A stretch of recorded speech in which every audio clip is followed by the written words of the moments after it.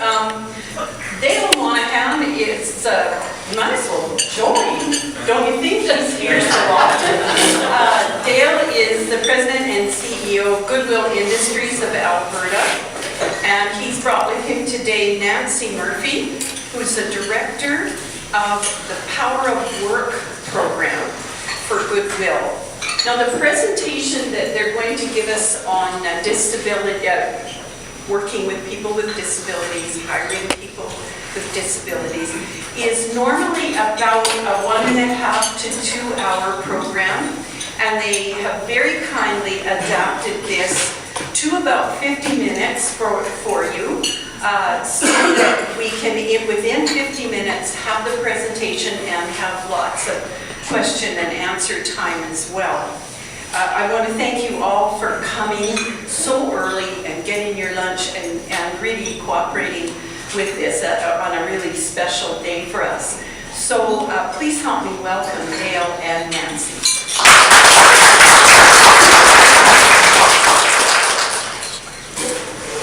Thank you so much for that introduction. A little different one from a month ago or so when I was last here. I think it was either, what was it that I invented last? Wikipedia, okay. Or Wikipedia. Thank you so much. Again, as introduced, my name is Dale Monahan. I'm the president and CEO of Goodwill Industries of Alberta. More proudly, a resident of the Tri-Region, part-time county, and son of Arlene Monahan, one of the Rotarians, one of your peers. So, very proud to be here. I'll be introducing Nancy, or she's been introduced, but she'll be doing most of the talking. But I wanted to thank so much Patty and Barry, who were at Goodwill about a month ago. We had an opportunity to give them a showcase of what Goodwill's all about, meet a number of people with disabilities, see how Goodwill works. So it was a real pleasure, Patty and Barry, to have you at Goodwill last month. Thank you, Barry, also last summer, along with President Nazar and I think Jim Rigby, who were helping us paint our brand new store that we were about to open a few months later. And that store opened in October here at Spruce Grove. And it has exceeded all expectations. So we're very proud of the results of that store. We have a unique partnership. It started here in the Tri-Region. We are now taking this partnership to Grand Prairie, across Edmonton and into Calgary, with the Spruce Grove Composite High School and Memorial Composite. I've shared that with you in past meetings. Very proud to report that 4 months in, between the two schools, we have successfully collected 7,000 pounds of donations.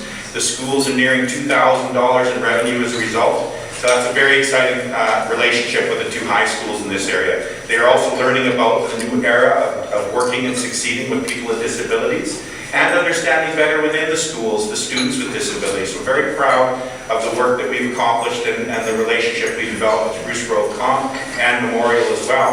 And Catherine, a new Rotarian member, will be working with us with the Spruce Grove Comp partnership on a very exciting project in the next couple of months, as we have a huge donation roundup at the end of May in the Safeway parking lot right beside our donation center. It would include a partnership with area municipalities, Habitat for Humanity, and a number of other organizations. So that would be a huge donation roundup. So we hope you come out and enjoy some of the music and free hot dogs that we'll be having.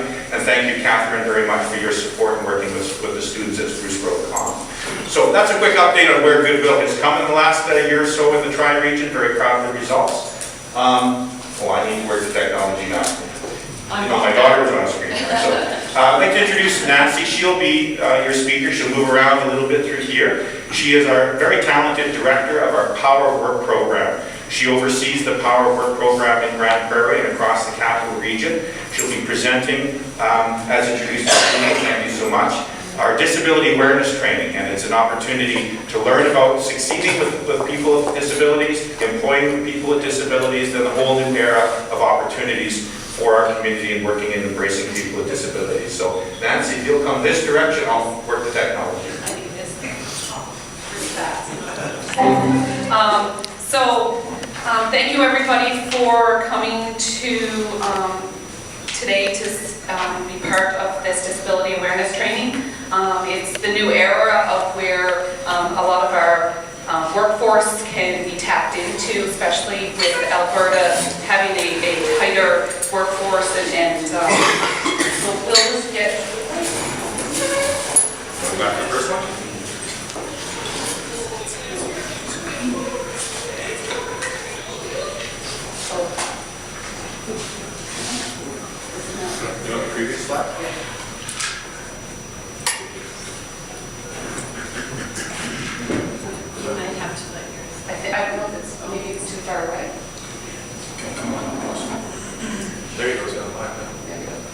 So I'll just put this slide up first for all of you to read.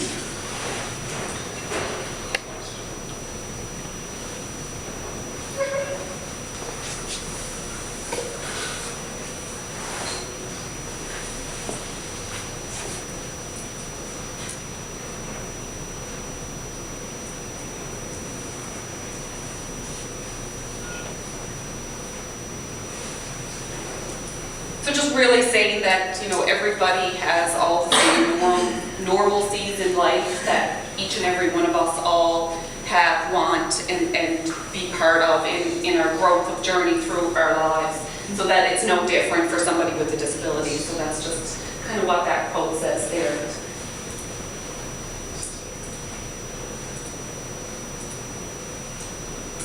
So Goodwill Industries of Alberta is a social enterprise providing individuals with disabilities the opportunity to enhance their lives through meaningful work.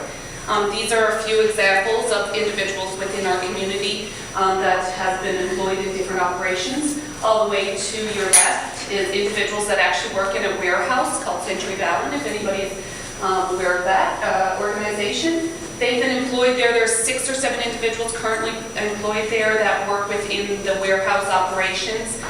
Several of them drive the machinery for cleaning the floors, the sweepers. Others work in the health and safety department, so they do a lot of the things throughout the operations with the checking the fire extinguishers, restocking the first aid kits, those sorts of things. And then others are responsible for doing labels on product that come in from other countries, that then we have to have our specific labels for Canada on.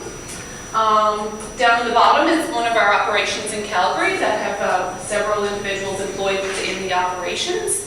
And to the other side is a gentleman who actually works in one of our operations in Calgary, and he had a vision and a desire, and one of his biggest goals was to be on radio, and he had that opportunity through the supports at Goodwill to live out that dream. So what you will learn today is how to work with people with disabilities, how to interact positively with people with disabilities, the appropriate terminology. That's always, sometimes people have the fear of using the incorrect words, so we'll talk a little bit about that. Inclusion, and how hiring someone with a disability can enrich lives for them and for the people within your workplace. So advantages for your business. Today's customers and employees support businesses that improve the quality of life for their community and are socially responsible by hiring people with disabilities, or person-supported equal benefit from higher retention rates, profitability and productivity, and improved relations. So higher retention rates, it is known that individuals with disabilities tend to stay longer. Once they get in an environment that really fits their skills and their abilities, that they feel that finally a sense of belonging, and they end up having very low sick time rates, and they stay for a longer term than you would see in other areas, especially in frontline positions where you have constant turnover. They tend to stay for very long periods of time. Like I said, the individuals that work at Century Valley, they've been there for 6-7 years, where they constantly they would tell us that they would have to fill those positions every 6 months to a year, and now they've been in those positions for a very long time. Profitability and productivity.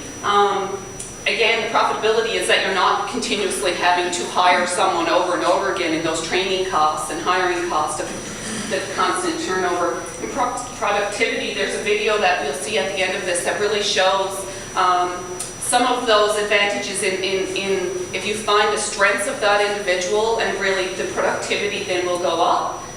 And improve public relations.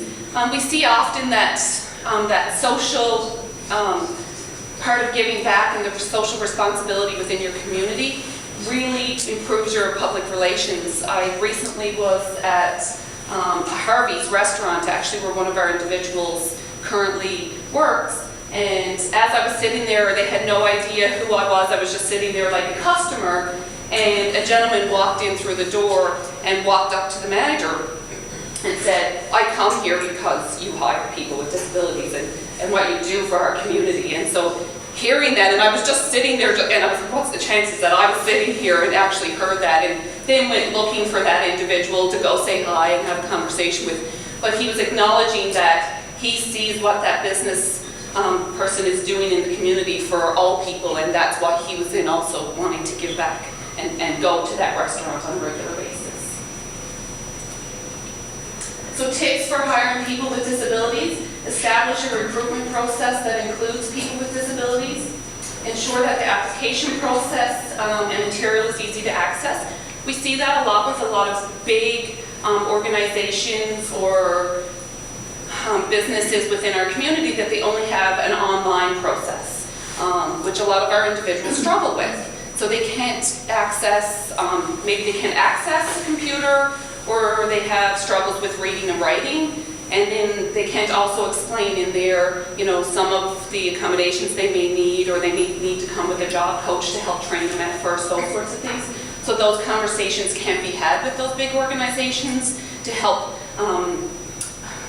foster what the next steps for this individual would be to be successful in that employment site, because of the way that the hiring practices of that organization are. And we have, with some of those organizations, have gone into those places and asked to speak directly to someone in HR or the management in that organization. And sometimes those roadblocks are, no, we only do it online. So not being able to have those conversations to, help support this individual to be successful in employment. So ensuring that you have that access for all to take part in. Ensure that all the organizations from the top down are open to diversity and inclusion. So ensuring that everybody is supportive and understanding that inclusion is going to work in your workplace. Having one or two want that, and having others not understanding what that could look like in your organization will just cause barriers for that person to become successful. And consider thinking outside the box. There's always more than one approach to getting a job done. So looking at different ways that things can be done, and you will also see some examples of that in a video that will be coming up later on. So there's other ways to do that specific job. It's not always just that one way, and maybe looking at different ways that those things can be done. And again, then you will see all those other benefits that come with that. So while in the workplace, people with disabilities want equal treatment rather than special treatment. Interactions, people with disabilities want to be accepted for who they are and not for their disabilities. So really focusing on their abilities and not their disabilities. So trying to really find the things that they can offer your workplace or your relationship with them, or whatever the case may be, not really just focusing on the disability that they may have. So interactions, have empathy, maintain eye contact, speak directly, be space aware, be patient, don't assume, and provide opportunity to learn and grow. So have empathy. They just want the respect and not feel bad for them. Don't feel bad for them. It is who they are. It's all they know, and they're okay with it. Typically, this is my life. This is how I live. Don't feel bad. Maintain eye contact. Talk to, a lot of people feel uncomfortable because there may be a visual disability, or if their speech is not the clearest, then you kind of shy away from having that conversation and having that eye contact. Be space aware. Everybody has their own personal space, so just, same as you would with anybody else, build that relationship to know what their space limitations could be. Be patient. Because of maybe a speech impediment, they may not have the most clear communication, so be patient and be okay to ask that person to repeat themselves. They prefer to repeat what they want the message to be than not be understood. So if they have to repeat themselves 5 times, it's okay. They prefer that. So be patient and just ask for them to repeat. Don't always assume. Don't always assume you know what they're trying to say. Don't always assume that they need help. So a lot of times just ask, and they will certainly be very happy to tell, because a lot of times people will just jump in and finish their sentence, jump in and help them because they have a disability. So just ask and have communication with them the same as you would anyone else in the environment. And provide the opportunity to grow just the same as you would with anybody else in your work environment. Everybody wants growth, everybody wants to learn and be able to develop new skills, and that's the same with somebody with a disability. See beyond the disability, be approachable, listen and understand, accommodate, and ask before you help. So see, like I said earlier, see beyond, find the strengths, find the skill sets that this individual can really bring to your organization and help grow your organization, or where they can be very successful for you and for themselves. Be approachable, be open, the same as you are with anybody else. Listen and understand, accommodate. We talk about accommodations a lot, and we don't realize on a regular basis how much we accommodate just every day. Every day there's accommodations made for ourselves, for our peers, for people that work within our environment. And because they don't have a disability and hasn't been screamed out, I need an accommodation, we don't realize we do it. So an example that I use a lot is in our store location, we have tall people and we have short people. Well, for the short people, we use a ladder when they need to, dust the shelves that are high up. That's an accommodation, as crazy as that sounds. Or we go to our team member and ask our team member, who's a lot taller, to help us. But then when somebody with a disability needs those assistance, all of a sudden it's because they have a disability, where it's just a normal, regular accommodation we make every day and we don't even realize it. Same with someone struggling with childcare, and their hours from 8 to 4 just aren't working anymore, and they need an 8:30 to 4:30. A lot of organizations will accommodate for that to help support them to be successful in employment. Well, those are accommodations that we're continuously making and not realizing because it hasn't been pushed for us to realize that. And again, ask before helping. That don't always assume that just because they have a disability, they can't do it. They usually know in their own way how to do something, how to get through an obstacle, and they will typically tell you if they are struggling and need some assistance. Who's that, Nancy? This is Ross. He works in one of our stores in the West End. Ross has been with our organization for pushing 10 years. He's had several jobs throughout the city, in restaurants and other places, and has found his niche within our own environment. We've tried many different environments, and now has been very successful in Goodwill, and has just worked towards independence. Like, he's been with the program for 10 years, and now is independently working in one of our Goodwill stores, and actually will be discharged in the next couple weeks from the program, which is always a huge success, especially for our PPP funders who want to see that growth and that no need anymore for that funding model to support them, that he's naturally be supported within his environment. So an individual with a disability, a lot of times we hear a lot of these words that are on the left-hand side of how an individual is referred to. And these are the words that are either old school medical terminology, things that we typically don't want to hear or see when we are talking about an actual person. And we always want to look at, if we have to say it at all, we prefer not to even recognize the person as a person with a disability, it's just a person. But if we have to use those vocabulary or recognize that it is a person with a disability, we always want to put person first and not crippled Joe or those sorts of things. It's Joe who has a disability. So putting his name first, recognizing he's a person, not just a person with a disability. So old school terms, crippled, disabled, handicapped, mentally retarded. We still hear that word a lot in medical vocabulary, is the word retarded, but certainly not something we want to use when we're actually speaking to the person or speaking about the person. So, a person with a developmental disability or developmental delay, autistic, a person with autism, blind, a person with vision loss, brain damage, brain injury is typically what is used now instead of brain damaged.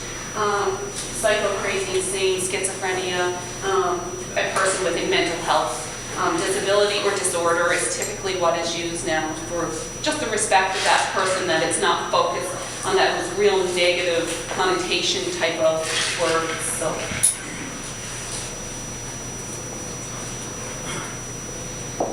people first language, focus on people, not the disabilities, as I said. Shifting more towards the ability. So, when having conversations, why do we even need to talk about what disability this person has? We all have things in our lives that we don't need shared with our peers or co-workers or anyone, and some of those things don't need to be shared. It's more what they have to offer, the organization, the relationship, whatever. That's what should be focused on, not what they can't offer, because we all have things we can't offer in our environment, so why are we ever talking about those? Always put the person first, and what is normal. So we often hear throughout the years is, he's not normal, or that word is used a lot when we talk about people with disabilities, which is horrible, because what is normal? I don't think any of us could actually give a definition of normal, because we all have our own challenges and things in life that may not fit us into that perfect normal box. As someone said to us a couple weeks ago in another training, the only thing that they know is normal is a setting on a washing machine. That's, there is no other normal besides that. And that's the same with, not everybody who's autistic or has autism fits that same box. So it's so different for everybody and where they've been. I would say, and Dale laughs at this, not all newfies are the same. Everyone kind of says, well, kind of, but we all have our own characteristics that we bring to the table. And so there's no specific normal, and they shouldn't be looked at as not being normal because they have a disability. And about inclusiveness, we always want to really push inclusiveness within our environments and bringing those skill sets or those things that individual brings to the table out that increases the inclusiveness, having conversations with those individuals about things that you may like, that he may like, the same you would with any other co-worker, or sitting down and having those conversations, finding things that you both have interest in, the same, and building that inclusiveness in the environment the same you would with anybody else within your work environment. Keys to a successful, the young lady in the picture, can you get that to go back? You better use the mouse, because if I start on here. Sorry, I meant to mention Heather here. This was here at the Spruce Grove opening, October, I was going to say September. She is actually a young lady with autism, and she started with Goodwill approximately 2 years ago, and she had two goals, to find work in a child care setting and to be a public speaker. As you can see, she's a public speaker, and she's phenomenal. She actually usually attends this with me, so unfortunately she was unable to come because she's quite powerful when she speaks of the struggle she's gone through life and where she's come today. And how having some supports to help her get there, and people understanding the needs that she needed in life to be successful. And so she's a very powerful speaker. And she also now works for Children's Services, working with children with autism. So she's actually a care provider for 2 young boys, 4 years old, through the Autism Society. So very, very successful. So keys to a successful employment relationship: relax, understand legal rights. So a lot of people will say, well, are the rights the same? Am I going to get caught in a situation where I can't fire them if they're not doing their job? We hear it all the time. Absolutely. Labor standards are labor standards. It doesn't matter if you have a disability or not. As long as you performance manage the same for every employee, you can do the same for every employee. We've often come across where we recommend, almost without telling the employer, like, you should be firing this person already. And they are terrified because they think the media is going to come after them, labor standards are going to come after them. That is not accurate. If you performance manage your employees equally across the board, it doesn't matter if they have a diagnosed disability or not. If they're not doing their job, they're not doing their job, and you would treat them the same. So treat the person as you would any other person, just as I said. When they're doing good and when they're doing bad, you know, we ask for equal rights, and that's from the start of employment, so actually hiring someone with a disability to the end of employment. Give them the equal treatment. Involve the person in efforts to make the workplace more accessible. If there is things that need to be provided in that workplace, just ask them. Typically they'll let you know, and it could be just something very simple. As you saw in one of the pictures that I talked about, Century Valley, we had an individual there who was struggling and struggling and struggling, and was going home every day saying her back hurt, her back hurt. And until we actually sat her down and really tried to figure out what exactly was going on, we realized that she needed a $10 stool to sit on, and her back was fine. She was doing a lot of cleaning on the bottom shelves all along the warehouse, so she was scooching across all day. Where now she has a rolly stool and she rolls across, so a very simple accommodation. We just had to ask the question, and now she's successful and providing what the employer needs done, and she's able to do it in a safe, comfortable way to be successful. Make offers to help in the same context as you would help anyone else. So, you know, if you're willing to jump in and because you're taller than your shorter coworker to dust the shelves, why should it be any different or looked at any different to help someone with a disability when they may need a little assistance along the way? Let them make decisions concerning their abilities to perform tasks. So, you know, give them the opportunity to make those decisions. Again, don't assume. Focus feedback on job duties, not the person's disability. So, give them the feedback you would give anybody else. Don't just think about the disability and what they can do. Again, when you're having a performance management or performance managing any of your staff, you want to give the positives and grow on the positives and build on those. So same with them, not just focus on, well, your disability is not allowing you to do this or that. So really try and push those positives so that they get encouragement to continue working towards that. Patience, again, having patience and trying to understand and taking the time to listen and be concerned. See the person first and the abilities the person has to offer. So people with disabilities are people who happen to have a disability. Disabilities are not necessarily the be-all and end-all of their existence any more than eye color is. Any one of us could be in that situation tomorrow, today. So just, you know, always remember that it's not the be-all and end-all. Any one of us, you know, a disability is not just someone who's born that way. Anyone could have a mental health issue that may arise later in life, or become brain injured, or gets in an accident, becomes paralyzed. Those things can happen to anybody, so it's just being aware that it's not the be-all end-all of life, that life can work and continue to be the same and as normal for everybody as possible.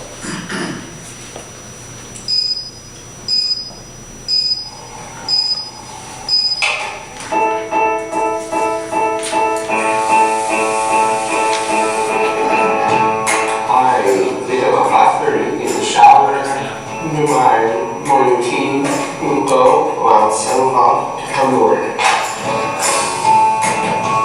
I am so excited to go to work, so I do a dance off in the parking lot. It's a dance of magic. We serve breakfast by the house. The house is this one.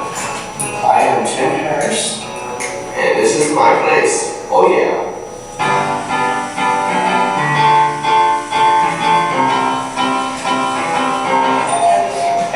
Welcome to my place. How you doing? How are you?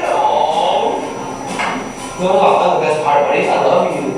Have you been here before? I've been here before. Well, I'll share with the owner. Tim's place is the special place to be at. Because if we want to involve in it, you guys are doing a great job right here. I love you guys. You guys are the best cooks ever. Since I was a kid, I wanted to own a restaurant. And I asked my dad to help me out. I'm very glad I did.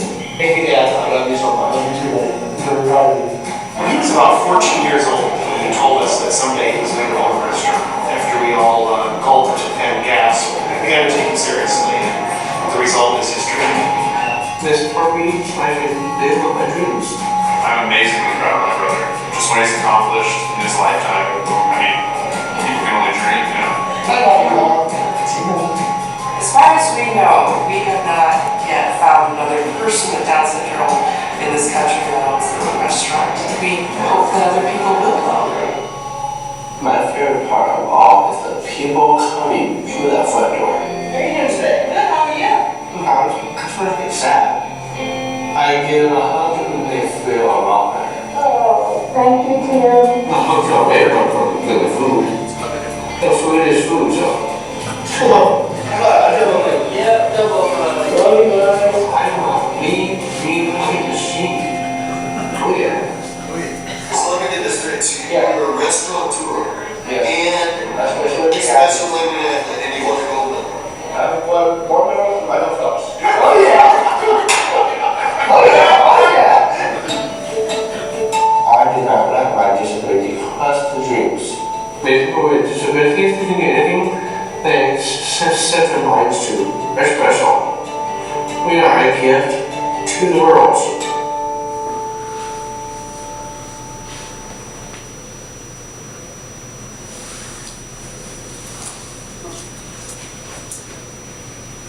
So that's Tim.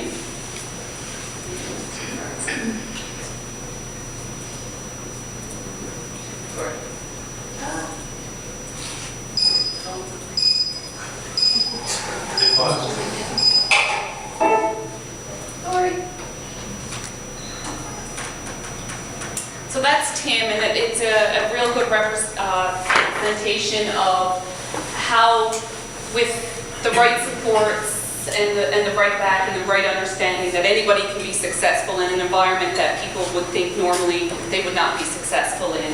And the acceptance of Tim in his community is just wonderful. So here are some myths and facts just about some things that we actually have witnessed ourselves, and even there's studies out there, is that a big thing is that we hear a lot of times when we go into businesses is, well, our WCD claims, our premiums are going to go up if we hire people with disabilities. Well, obviously that is not correct, that it goes up by number of claims, and that typically has no relation to whether someone in your organization has a disability or not. Another one is the absentee rate being higher. That again it's the opposite of that. It's a lower absentee rate. So some really interesting myths and facts up here. And then again, the next one is the expenses that may be incurred to accommodate someone with a disability in your workplace. Typically, it's something very simple, like I said, a stool, a step ladder, a longer dusting broom, some very simple, cheap accommodations. We've even had to make some accommodations even in our training center, where it was just larger keyboards with larger numbers on them, or touchscreen monitors, so just some simple some magnifying readers for the computer. So it's very simple technology that typically costs less than $500 to $300, and you have a very long-term employee within your organization for a very cheap cost at the beginning, and then not those continual costs of turnover costs and hiring costs. So usually it ends up saving the organization, not a bigger expense. So inclusion, working with one another, being with, joining in, inviting all, asking to be a part of, encouraging every person to participate. Inclusion was never something over the last 10 years, I guess, has really come together with people with disabilities. It was never common for people with disabilities to be included. So they sometimes really struggle with fostering that belief in themselves that this is a part of something they can belong in. So having all these things and inviting them in and fostering those relationships and building those natural supports with the individuals within the workplace can really promote that success for that individual. So really working on those pieces sometimes is a struggle with the individuals because they are so used to being secluded. And they do not typically have belief in themselves, belief in their own skills and abilities. So when we start including them in these things and really bringing those natural supports in the environment, the same natural supports as each and every one of us have with our co-workers and peers within our workplace, will then start bringing that out in the individuals. So natural supports, using the most natural elements of the community and environment, will create the person to be successful in their environment and that engagement. Typically, we don't think of natural supports a whole lot, but over the years, that's a part of something that we've really had to build with individuals with disabilities in their community, in their workplace, because they were always staff. They always had staff next to them, and they always had that protection of someone else. And now, as years have gone by and we've realized that these individuals can be included in their community and can be successfully independent in their community, they need to build those relationships in their community for safety reasons, for the good and the bad. When we have a hard time at work one day, we go to our peer and they're there to support us. Or if we're in trouble in our community, we know that we can run to the convenience store because they see us there every day and they know who we are and they will support us in trouble. Where these individuals never ever had these connections in their communities. And all of a sudden now they're left alone and they're not sure if they're in trouble who to go to. So really building those relationships, the same that we build with our relationships in our own environment, but we don't really realize how much work that is. It's just natural to us. And some of these individuals don't have that, and we need to really help foster that environment for them.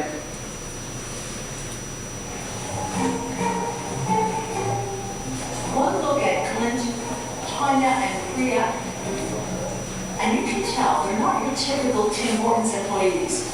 You may even think token hires. Think again. They are the unexpected boom to this business's bottom line. They are proof there is a huge return on disability.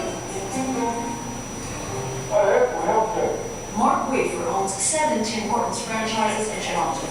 18 years ago, he decided to do good and stumbled on a money-making secret that was very good for business. When we first opened the store in 1995, I realized very quickly that my staff was going to be able to keep up with dining room. It was a large store, 55 feet.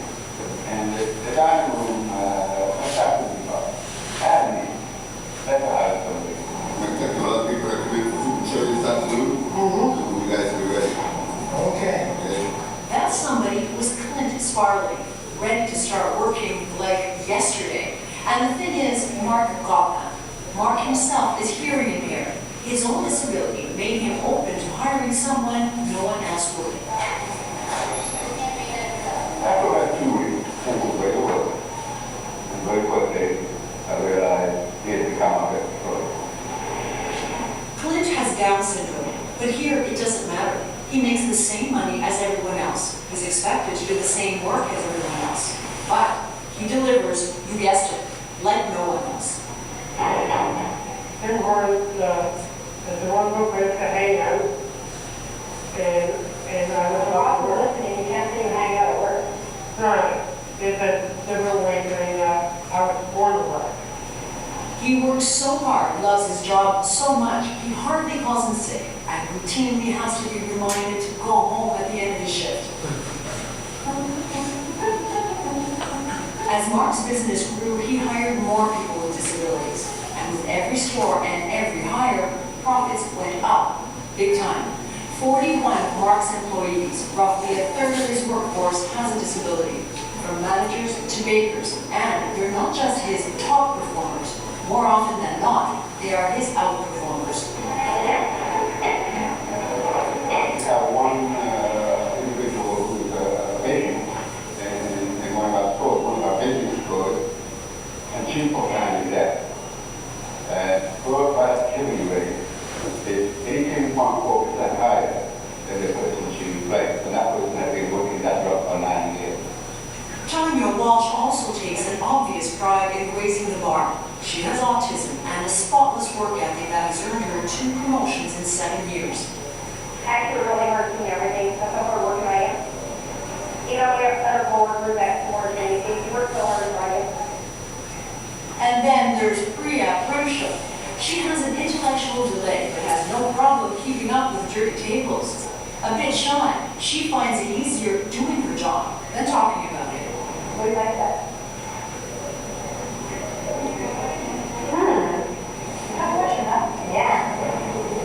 What's not so tough to figure out? All three are loyal, productive employees, and the effect is contagious. Not only do Mark's disabled workers tend to stick around, so do his others. In an industry where the turnover rate alone can sink you, Mark is saving. We've been talking about 4,000 workers who go to workers in the morning. Now, my turnover is 47, and I'm colleagues down the street, 75, and we're both doing just a good job. That makes more. How much of this is about parity? Zero. None.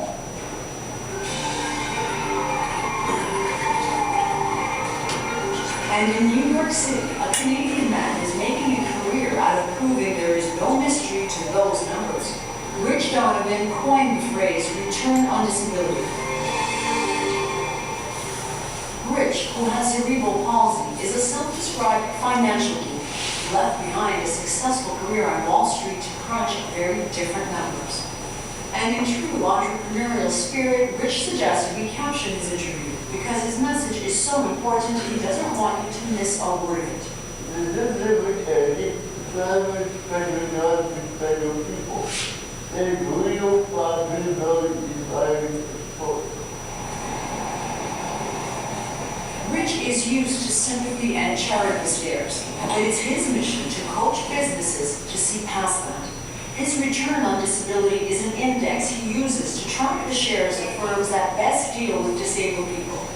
Bottom line, pity those firms that don't. And how do you change your mind? Numbers. Numbers. It all sometimes, it all sometimes, a difficult measurement that nobody can dispute. And America's largest drugstore chain is the gold standard on how to do it and how to do it right. This is Walgreens Distribution Center in Windsor, Connecticut, one of 20 the company operates, and one of the most profitable in the entire country. The secret weapon here too, nearly half of the 600 people who work here are disabled. Right now, we're retaining 40-45% of the people inside the facility at all levels. So, director all the way down, have this. Scott Sylvester runs the distribution center. There's no them here, just a big, enthusiastic us. A vision born 7 years ago from a savvy senior VP who has a child with autism. It's now a corporate policy, and not because it's the right thing to do. It's obvious to say that it's the right thing to do from a hard feel-good perspective, but it really is truly from a business perspective. The workforce that we have in the facility, they're dedicated, they come to work every day, they give 100% every day, they have good attitudes, they thoroughly enjoy the opportunity to work. The plan was designed to make it easy for anyone to work here. Employees can opt to follow icons instead of text, and pictures are used as markers. And small changes made productivity go up for everyone. So whether a person maybe doesn't read or can't sequence numbers, then maybe they can relate to the rhinoceros, they know what rhinoceros is. So when you give directions, you can give directions 55 or rhinoceros, right? And when you're giving that direction out to the group, you can say both ways. However you, whichever piece of that message you need to use, the process that you take. Hey Jen, how are you? Good. It's inclusive and also happens to streamline the workflow. The payoff? Huge. Our facility is one of the top facilities. The building itself is about 20% more efficient than other facilities in our chain. And it's been great. Everything that we do, that we've designed into it, has been through the benefit. And that is the genius behind the Walgreens model. It's innovation designed with disability in mind that made the company big money. I have 41 employees who have disabilities. In 2011, we did not have a single hour of block sick time for those 41 individuals. Dollars and cents is the winning mantra, and closer to home, Mark's message is catching fire. On this night, he's in Oakville, Ontario, giving the business community there his remarkable pitch. He is so in demand, he gives more than 100 talks a year across the country. God make change with it by talking about the emotional. And we can't make change by talking about compliance and law and legislation. We can make business case. Doing good because it's good for business. Now we're talking. And Mark insists businesses simply can't afford to miss out on the disability training. We're looking at about $1 million worth of short by 2025. And that's not just skilled labor. We're talking about every other position. And you don't do this now. You're running the risk of not having staff 10 years from now. And you know, what's been good for Mark's business has been good for workers like Clint too. Clint recently married his sweetheart Katie. They own a condo and live on their own with some help from their families. You can still see yourself staying here, or going somewhere else, or Actually, there's no place out in the whole world that's been worse. how would you say that? Honestly, Yeah. none of whatsoever. You can't buy that kind of advertising, all because a businessman spotted an opportunity. And discovered it was the opportunity of a lifetime. Joanna Villalobos, CBC News, Toronto.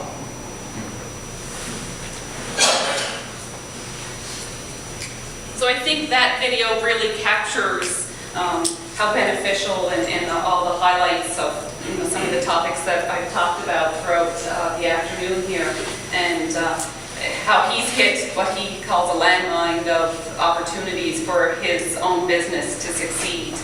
And he talked about at first the idea of, maybe it being for a bit of a charitable type of thing, but then once he saw the numbers, and I guess, as we have many businessmen here in the room tonight or this afternoon, that's the big thing. When you're running a business, you need to see the numbers and see the impact that's going to help, and he's really shown that here in this video of how that can work to really make your business boom.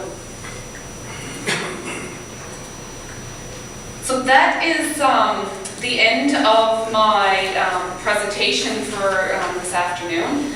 In closing, I'd just like to talk about focusing on the abilities of the individual. What the individual has to offer is probably the biggest highlight that we need to recognize, is what abilities, what skill sets can they bring to my organization that can work within the dynamics of all the other staff.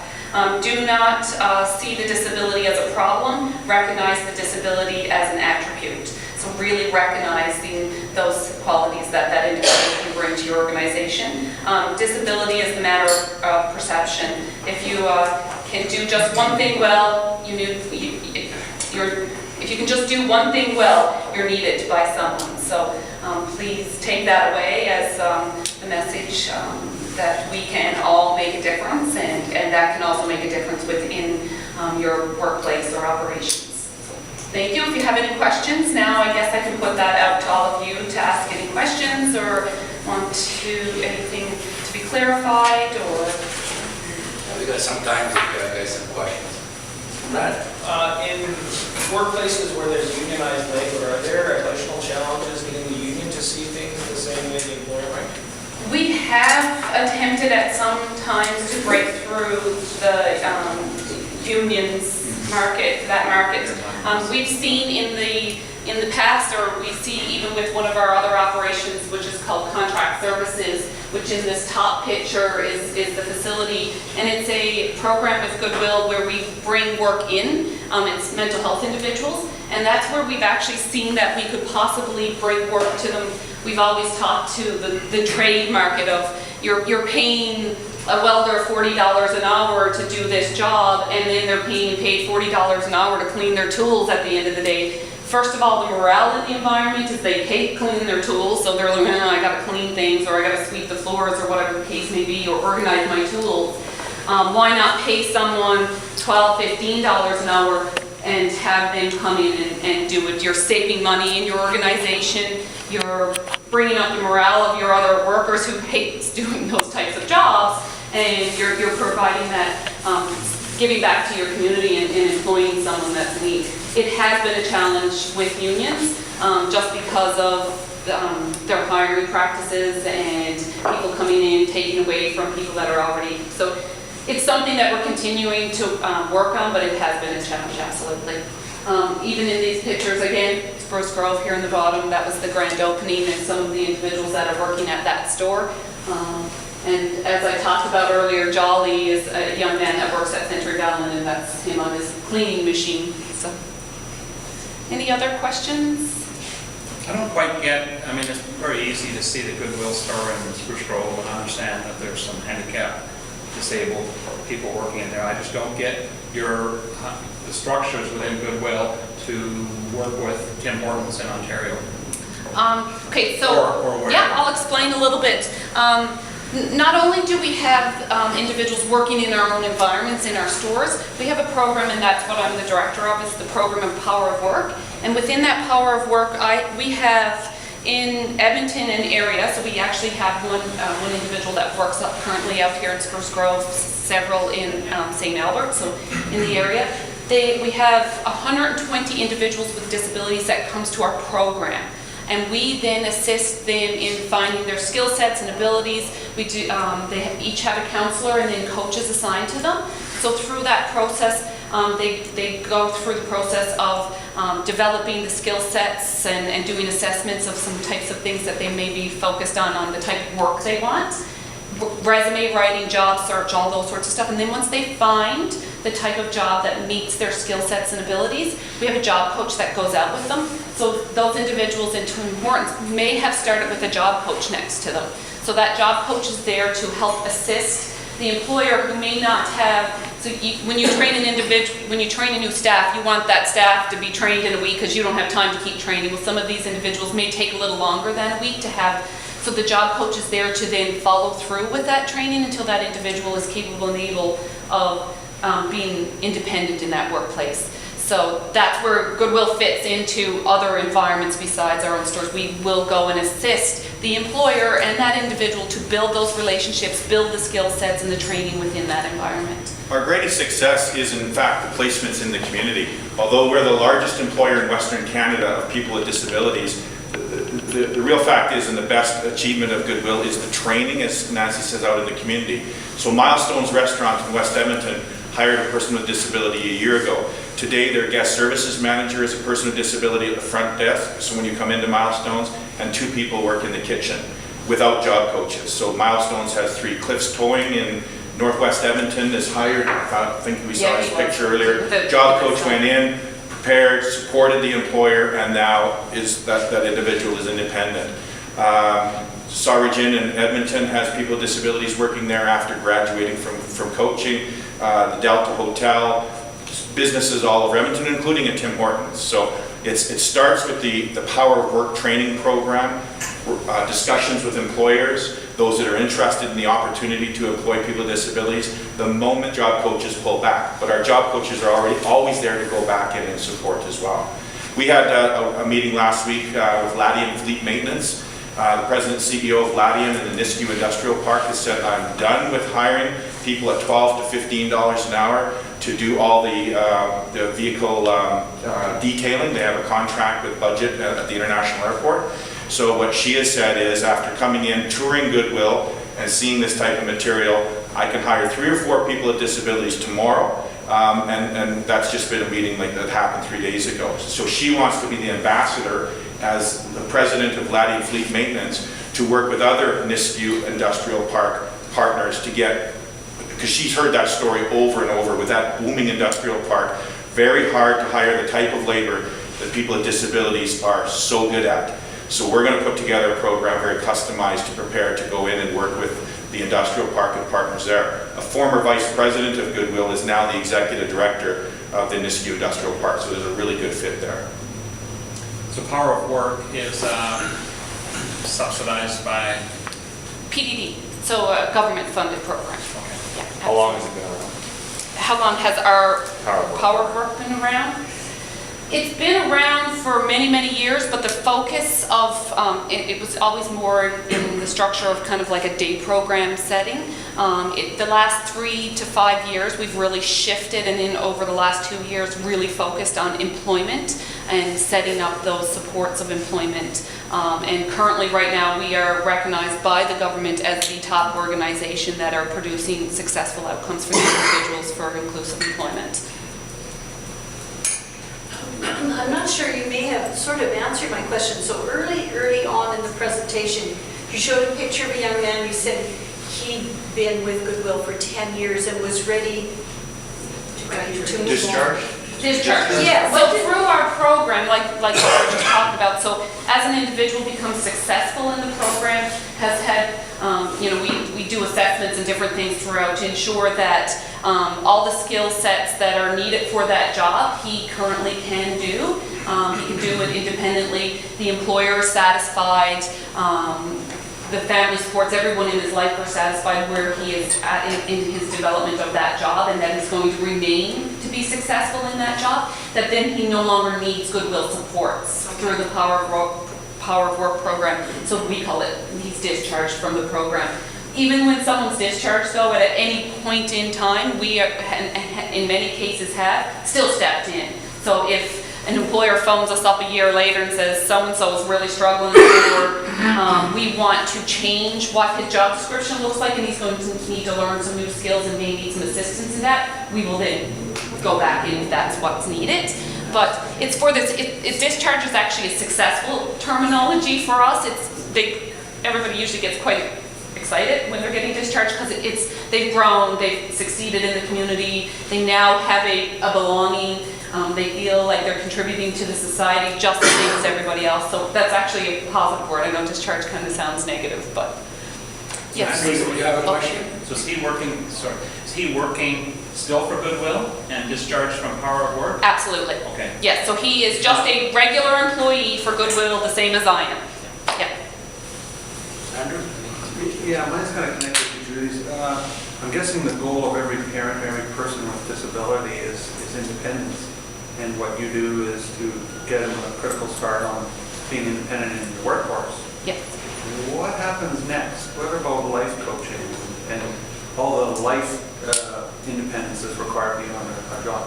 Where do they get help with that? So we do some of that on site at our one location as we are preparing them for employment. So we do some life skills training, social skills training, different things like that to prepare them for that next step or journey throughout life. We hope that then they learn a lot of that, just the same as we do throughout their environments in the workplace. But a lot of these individuals may have other programs outside of ours that help support them in those areas. So a lot of them live in shared living, group home type of situations and those sorts of things that help them with life skills at home, learning how to cook, learning how to do all those sorts of things. So we're just the day supports, employment supports. A lot of these individuals have other supports in their lives too. How do people with disabilities find out about this program? Usually through our government funder. They will typically recommend individuals that need service to come to Goodwill. We have also seen an increase over the last year of people just coming directly to us, and I think that's partly word of mouth. The success that has been constantly talked about within our sector, so then they are naturally coming to us. We've actually, over the recent 6 months or so, have seen an increase in even employers coming to us, where that's something new and exciting for us, that employers are coming seeking staff through Goodwill instead of us going out trying to knock on doors and educate the community for the positive things that an individual can bring to their organization. So it's a little bit of both, but mostly through our funder, through PDD and the government. Victor? Yes, so how do you get started? Like if you wanted to get involved with this program and you want to hire Give me a call. Just give me a call, that's it. Well, typically, no. Yes, but no. Typically, yes, the employer would just call us up and let us know of any job opportunities they have at their work site. We then look at our pool of staff individuals that we have that may fit or match the skill sets that you're looking for, sit down, have a meeting, do like a normal interview like you would probably with anyone. Some of our employers that have come to us, we've gone out with 3 or 4 individuals and they do job trials. And all 3 or 4 of them, and then they choose which one best matches the environment and skill sets that that employer is looking for. So we can set it up in all kinds of different ways that works best for the employer and the individual involved looking for that job. So the website or whatever, to go to the website or what's? Nancy has her cards here and have all the information on it, so. What about companies that have already hired people with disabilities and may want to know if they're integrating them or have a... If they're doing a good enough job, do you mean? Yeah, or if there's things that maybe that could change within the organization?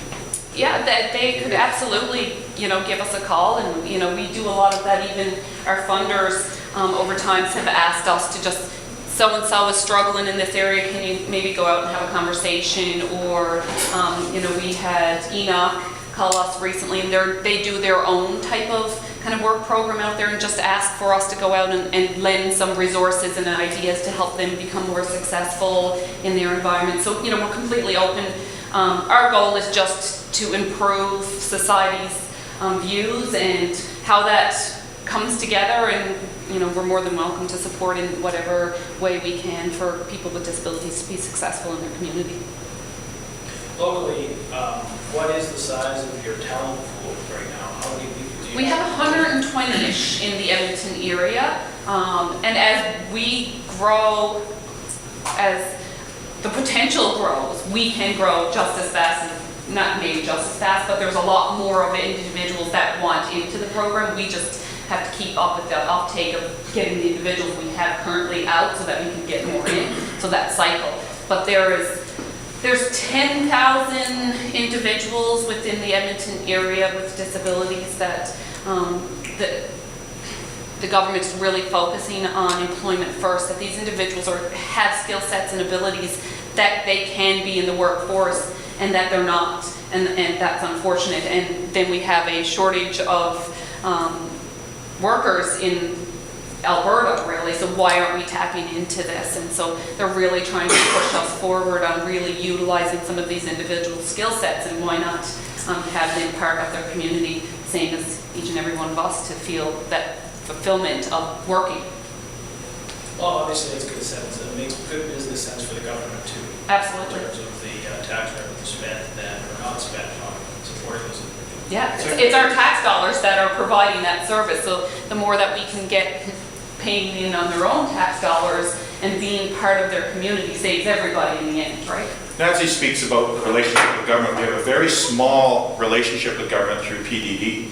We're a $20 million a year business in Alberta, and the amount that we receive from government that we put directly into, through our job coaches into job coaching, is under 10% of our overall. In our enterprise last year, people with disabilities working in our stores, our donation centers, very few of them related to the PDD program. They graduated a Power of Work program. They earned $1.4 million through Goodwill last year. We invested $4 million directly as Goodwill into programs and services that has nothing to do with the government. In as much as we're a partner of the Alberta government, because of the government being focused very much on employment for people with disabilities. For example, in Calgary, we have no relationship with government, yet we have nearly 50 people with disabilities working in our enterprise in Calgary. So she's in the department that has a relationship with government. I'm on the other side of things. In as much as we're proud of our relationship with government, the dividends that we think we are producing for them, as the largest employer with disabilities in Alberta and one of the largest in Western Canada, and one of the largest placements out in the community. It's all about as the video shows, it's not a lot related to government. Again, we have operations Grand Prairie, Edmonton, and Calgary, and our program here at Power Works in Edmonton and Grand Prairie, but the placements that are out in the community, the success there is all about a new opportunity, a new vision for people in Alberta with disabilities. We've even seen it similar to what the gentleman at Tim Hortons talked about in our own operations over the last year, that our Grand Prairie operations, almost 70% of the staffing in that operations is individuals with disabilities, 70% of their employees. And this year was the store that made the biggest growth. an income for our operations across Goodwill.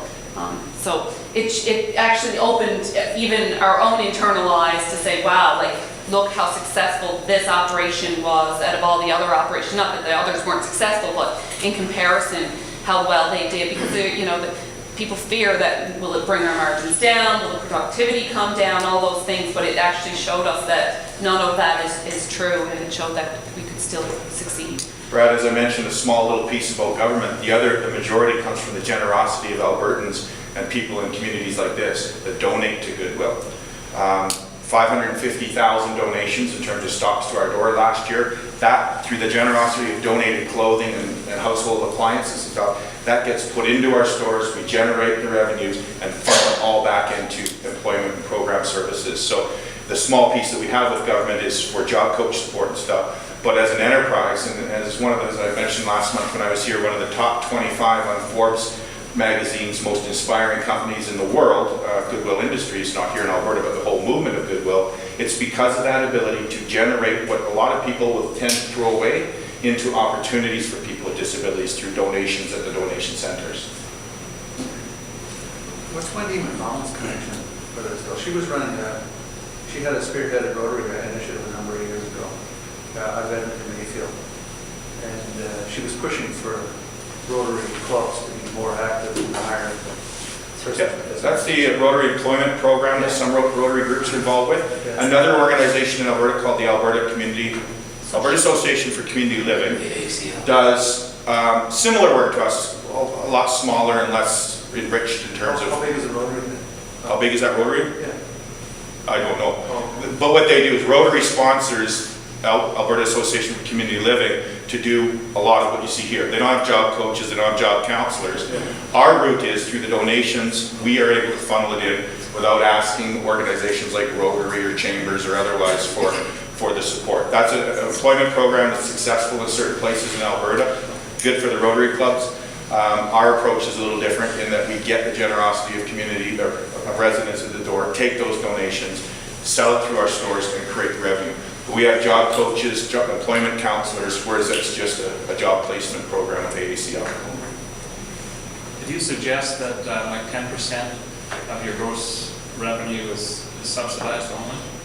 Or just by government, or are there other funders? I would say less than 10. Yeah, and it's not subsidized. Well, we have a contract to employ job coaches, like many other organizations do, but it's under 10%. The rest is all what we generate through the sale of stuff in our stores.